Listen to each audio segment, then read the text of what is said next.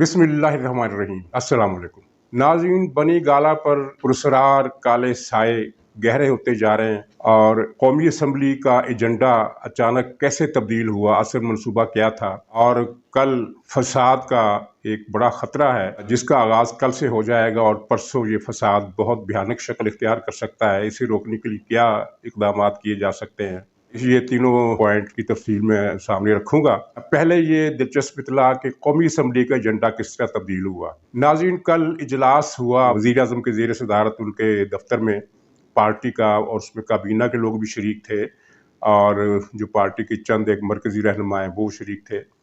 उस इजलास में 2 घंटे तक ये बहस होती रही और तय नहीं हो सका कि कौमी असम्बली में क्या किया जाए जिसका इजलास आज शुरू हो रहा है। इसमें एक तजवीज़ ये आई कि इजलास बुलाते ही इसको मुलतवी कर दिया जाए। वो जो मरहूम इंतकाल कर गए थे MNA, उनकी वफात पर ताज़ियती दुआ और उसके बाद फिर इजलास मुलतवी कर दिया जाए 1 हफ्ते के लिए। ये बाकायदा तजवीज़ में था कि 1 हफ्ते के लिए इस इजलास को मुलतवी किया जाए।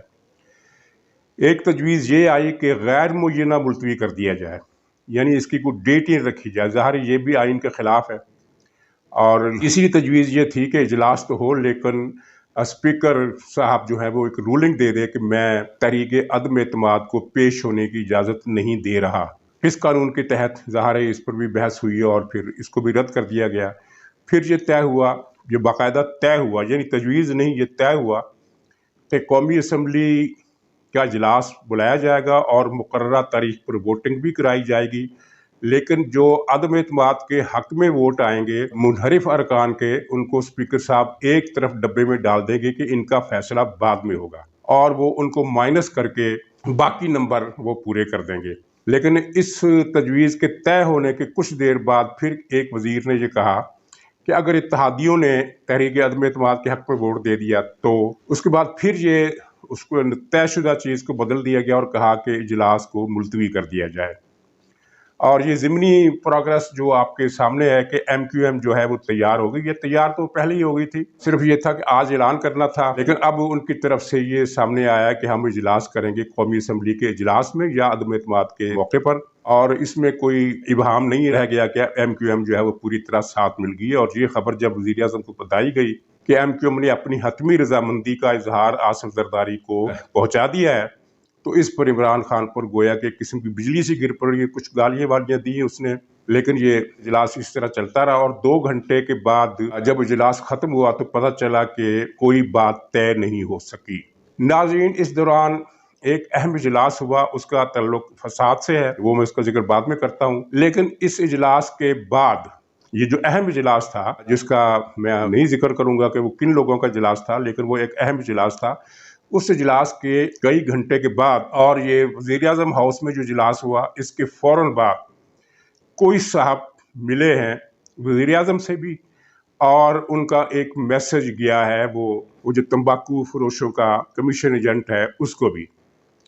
उस फ़ोन और इस मुलाकात के बाद कौमी असम्बली का एजेंडा बिजली की रफ्तार से तब्दील हुआ और ये ऐलान हो गया कि कौमी असम्बली के एजेंडे में तहरीक अदम एतमाद भी शामिल है। ये एक बड़ी दिलचस्प और मज़का खेज लेकिन बड़ी अहम डेवलपमेंट है और जिसके कई माने निकलते हैं। आप वो माने निकाल सकते हैं, मैं उस पर मज़ीद रोशनी नहीं डालूंगा।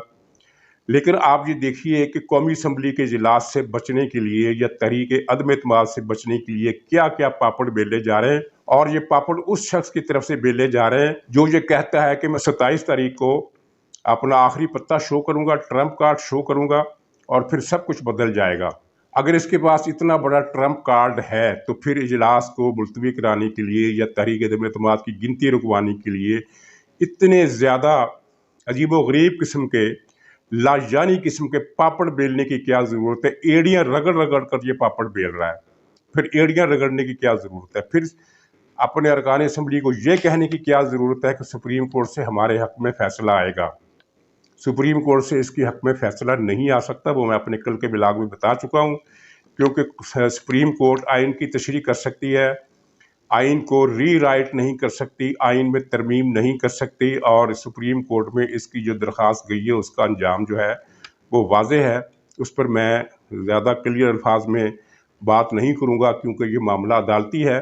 लेकिन इतना कहना ज़ाहिर है अदालती मामलात में दखल अंदाजी नहीं है کہ سپریم کورٹ ان کو ری رائٹ نہیں کر سکتی، اس میں کوئی ترمیم نہیں کر سکتی، اور جیسا کہ چیف جسٹس نے کہا ہے کہ یہ ایسے معاملے پارلیمنٹ ہی کو طے کرنے چاہیے۔ اس پر اتنا کہنا ہی کافی ہے۔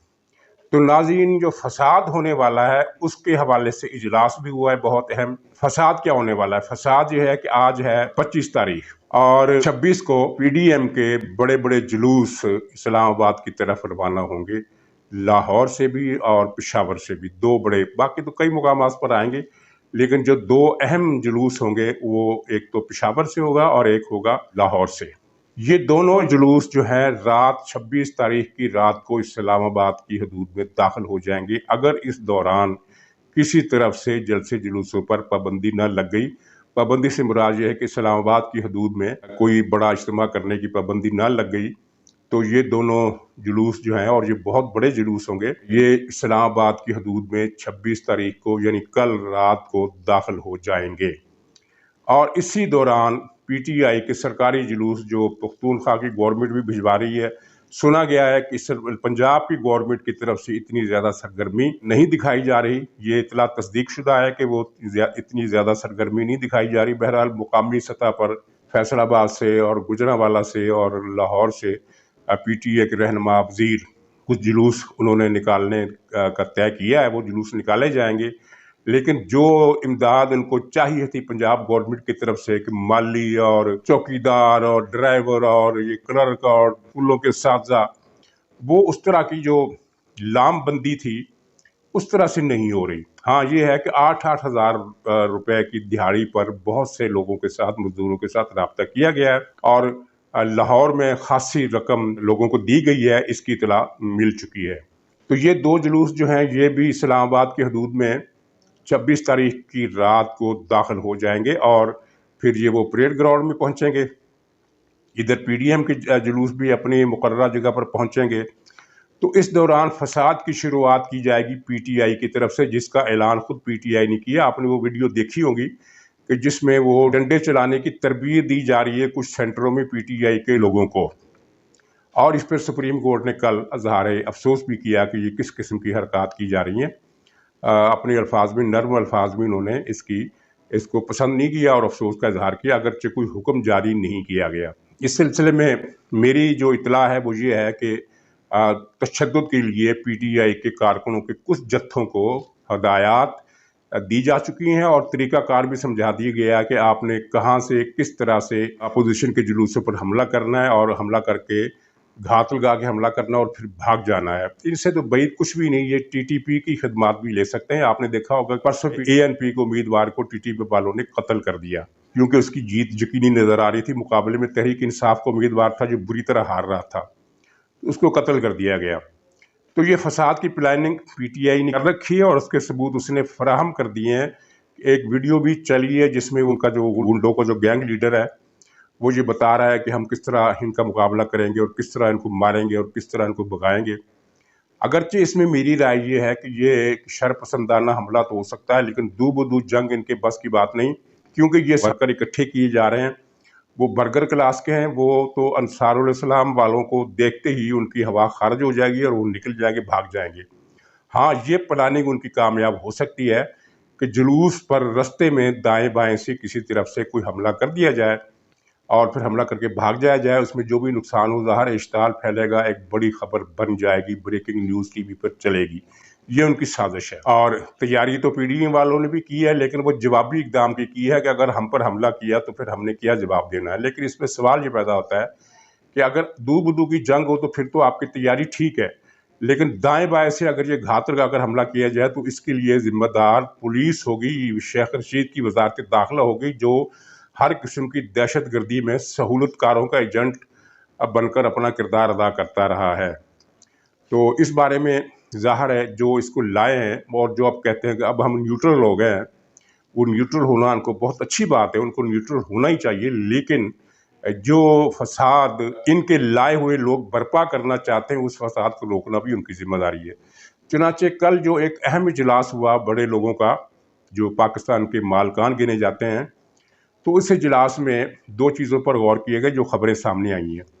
پہلی چیز تو یہ تھی کہ 2-3 دن پہلے अंसार अब्बासी साहब ने एक खबर ब्रेक की थी और उस पर कामरान खान ने भी एक वीडियो शेयर की कि एक फार्मूला दिया गया है बहरान को टालने का कि इमरान खान ये करें और ये करें और ये करें। तो उसकी तफसीलात बताने की ज़रूरत नहीं समझता, वो आपने सुन लिया होगा। लेकिन ख़बर फिर बाद में ये आई कि इमरान खान ने वो फार्मूला गुस्से से मुस्तरद कर दिया। ज़ाहिर है उसने ये कोई दानिशमंदी का अमल नहीं किया, क्योंकि ये फार्मूला अपोजिशन से ज़्यादा उसके फ़ायदे में जाता था कि उसको मज़ीद 5-6 महीने हुकूमत करने का इख्तियार मिल जाता। लेकिन वो तो किसी और मार्ग पर है, वो किसी बहुत बड़े फसाद की शुरुआत करने का फैसला कर चुका है। इस फार्मूले को मुस्तरद किए जाने पर गौर हुआ और फिर ये भी फैसला हुआ कि ये फसाद जो है, ये जो 26 तारीख और 27 तारीख को इस्लामाबाद में होने का शदीद ख़तरा है, इसके बारे में क्या किया जाए। ज़ाहिर है उन्होंने जो फैसला किया वो तो ज़राए के हवाले से सामने नहीं आएगा, लेकिन ज़राए के हवाले से ये 2 बातें सामने आई हैं कि एक तो इजलास हुआ है और दूसरे जो मुस्तरद किया है फार्मूला वो भी सामने आ गई बात, और तीसरा ये जो फसाद का मसला है इस पर भी गौर हुआ है। अगर कोई साहब ये बताएं कि इस इजलास में क्या फ़ैसला हुआ, तो ज़ाहिर है उनके पास कोई बहुत ही क्रेडिबल इतला होगी, तभी वो इतला ये अपने प्रोग्राम में ये इतला देंगे। मेरे पास ऐसी कोई क्रेडिबल इतला नहीं है कि क्या फ़ैसला हुआ, मेरे पास सिर्फ ये इतला है कि गौर किया गया इन 2 बातों पर। ये तो फसाद की सूरत हाल है। और नाज़रीन, मैं बार बार कहता रहूँ कि इसके पास कोई ट्रम्प कार्ड इस तरह का नहीं है जिसके बारे में ये कहता है कि उस पर पासा पलट जाएगा, क्योंकि अगर ऐसा कोई ट्रम्प कार्ड उसके पास होता तो फिर जैसा कि मैंने शुरू में कहा कि वो इस तरह एड़ियाँ रगड़ रगड़ कर पापड़ ना बेलता। ये तो रो रहा है 6 महीने के बच्चे की तरह, जिसको दूध का फीडर ना मिल रहा हो या जिसको दूध पीते हुए फीडर उसके मुंह से छीन लिया जाए, तो वो बेचारा जिस तरह एड़ियाँ रगड़ रगड़ कर रोता है, ये उस तरह रो रहा है, बल्कि उससे भी बदतर अंदाज में रो रहा है। बहरहाल जो इतला पीटीआई के लोग एक दूसरे को दे रहे हैं और उनके ज़रिए सहाफ़ियों तक पहुँच रही हैं इतलात, वो ये है कि इमरान खान ने एक तकरीर तैयार की है और वो उसी तकरीर को अपना ट्रम्प कार्ड कह रहा है। उसके बारे में मैंने पहले भी बताया था कि कुछ वीडियो ऑडियो रिकॉर्डिंग है उसके पास। अब पता चला है कि वो वीडियो ऑडियो रिकॉर्डिंग किस चीज़ की है। सारे फहरिस्त उसमें वो कुछ ऐसी चीज़ें हैं और मेरे ख्याल में वो सारी मनगढ़ंत हैं, बनाई गई हैं कंप्यूटर टेक्नोलॉजी के ज़रिए से। सर फहरिस्त उसमें ये है कि नवाज शरीफ को पाकिस्तान से बाहर जाने की जो इजाज़त दी गई थी मेडिकल ग्राउंड्स पर, उसके पीछे क्या साजिश थी, उसमें कुछ टेलीफोन टेप्स हैं, कुछ वीडियो रिकॉर्डिंग भी है और किसी को हिदायत हैं, तुमने इस तरह करना, तुमने इस तरह करना। और ये किरदार कौन है, ये आप समझ सकते हैं कि इमरान खान किन पर इल्ज़ाम लगाना चाहता है। इमरान खान का ये फिक्रा भी कोट हुआ है पीटीआई वालों के हल्के के ज़रिए से कि मैं सबको नंगा कर दूंगा। तो ये सब कौन है, ये भी आप समझ सकते हैं। इसके अलावा कोई उसके पास बड़ा हथियार नहीं है। हाँ, वो 3-4 बातें और करेगा, ज़ाहिर है उनके कोई मुतअस्सर होने वाला नहीं है। मसलन ये कि मैंने तो शहबाज शरीफ को गिरफ़्तार करके उससे अरबों रुपए की रकम निकलवा लेनी थी, लेकिन मुझे शहबाज शरीफ को गिरफ़्तार नहीं करने दिया गया। फ़लाँ मौके पर फ़लाँ ने ज़मानत ले ली, फ़लाँ मौके पर ये हो गया, फ़लाँ मौके पर फ़लाँ तारीख पड़ गई। और इनके पीछे वही लोग हैं जो शहबाज शरीफ को गिरफ़्तार नहीं होने देना चाहते थे और उनकी वजह से पाकिस्तान को अरबों डॉलर मिलने थे वो। और ये अरबों डॉलर का किस्सा भी अजीब है कि आपको याद होगा कि कप्तान का ज़ाती कालम नवीस कुछ अर्सा पहले आपने उसको सुना होगा कि एक टीवी पर बैठकर उसने हल्फन कहा था कि पता नहीं कितने खरब डॉलर जो है वो नवाज शरीफ ने कौमी ख़जाने में जमा करा दिए हैं। इतनी ज़्यादा रकम जमा करा दी है कि पाकिस्तान चाहे, ये मैं कह रहा हूँ कि वो इतनी ज़्यादा रकम थी कि अगर पाकिस्तान चाहे तो उस रकम से अमेरिका ख़रीद सकता है, रूस को भी ख़रीद सकता है। तो बहरहाल ये उसी तरह की शायद इतला है कि शहबाज शरीफ से तो मैंने अरबों डॉलर निकलवा लेने थे, लेकिन ये लोग आड़े आ गए। दरअसल यही लोग साजिशें कर रहे हैं और उन्होंने मेरी हुकूमत नहीं चलने दी, वरना मैंने तो आवाम को रिलीफ भी दे देना था, वरना मैंने तो ये भी कर देना था, वरना मैंने तो रियासत मदीना भी बना देनी थी, वरना मैंने तो पता नहीं क्या कुछ नहीं कर देना था। और हाँ, एक नुकता ये है कि सी पैक जो रोका है तो ये मैंने नहीं रोका, मैं तो सी पैक को चलाना चाहता था, मुझे इन्होंने रोक दिया। इन्होंने कहा कि चीन पाकिस्तान को खा जाएगा और सी पैक के हवाले से बड़ा नुकसान हो जाएगा मुल्क का, तो इन्होंने सी पैक नहीं चलने दिया। इस तरह के 4-5 किस्म के दावे करेगा और इन दावों को बुनियाद पर 6-7 4-5 रिटायर्ड बुजुर्गवार जो माशाल्लाह मुशर्रफ के दौर में और इसके दौर में अरबों से खरबोपति हो गए हैं, और जिनमें वो बुजुर्गवार भी शामिल है जो इसराइल का पाकिस्तान में तर्जमान भी बना फिरता है और वकील भी बना फिरता है। تو ان کو ڈیوٹیاں لگائی گئی ہیں کہ آپ نے یہ پھر بیانیہ چلانا ہے کہ عمران خان کی مقبولیت دیکھو کتنی بڑھ گئی، اور یہ بیانیہ چلانا شروع کر دیا ہے۔ 2-3 کپتان کے ذاتی کالم نویس ہیں، 2-3 وہ جوکر قسم کے مذہبی لوگ ہیں، مذہبی جوکر، اور 3-4 یہ ریٹائرڈ بزرگوار ہیں، اور 8-10 ولاگر ہیں۔ انہوں نے ایک ہی فگر لانی شروع کی ہے، اور آپ جس کو بھی سنیں پتہ چلے گا کہ وہ یہ بتائے گا کہ عمران خان کی مقبولیت راتوں رات 20% بڑھ گئی ہے، اور یہ اطلاع ہے 24 مارچ کی۔